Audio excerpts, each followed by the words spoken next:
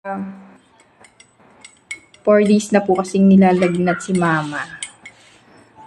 Tapos, sumasakit yung lalamunan niya. May lagnat, saka sumasakit ang ulo mo, no?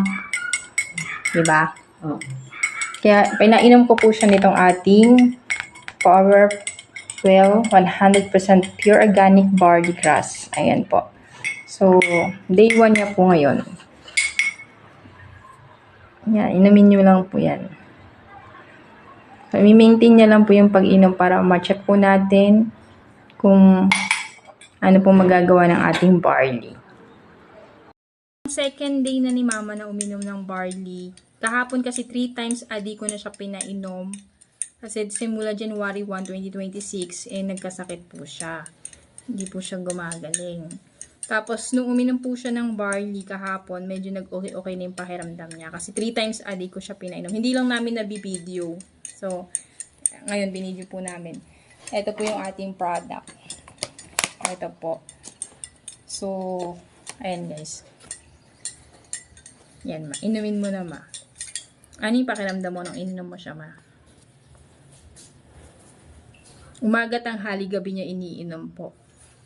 1 kutsara.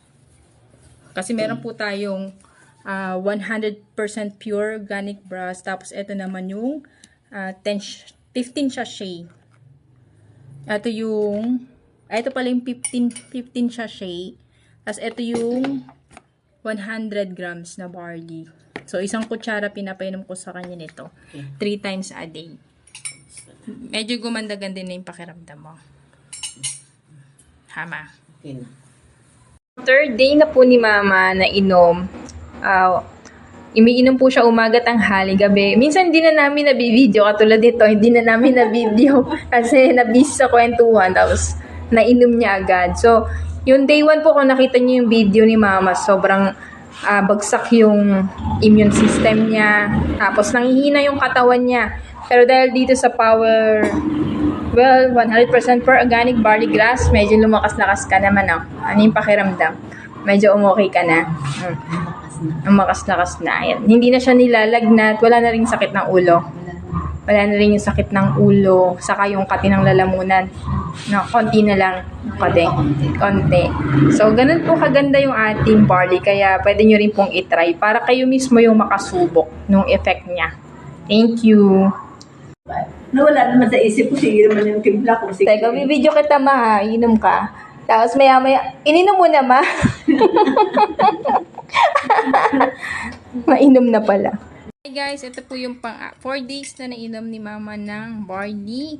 Ayan, so iniinom niya 3 times a day. So ito po yung ating barley Powerwell 100% pure organic barley grass. So nakaraan, di ba, parang hinang-hina si mama. Ngayon, anong pakiramdam mo? Okay na. Lumalakas ka na.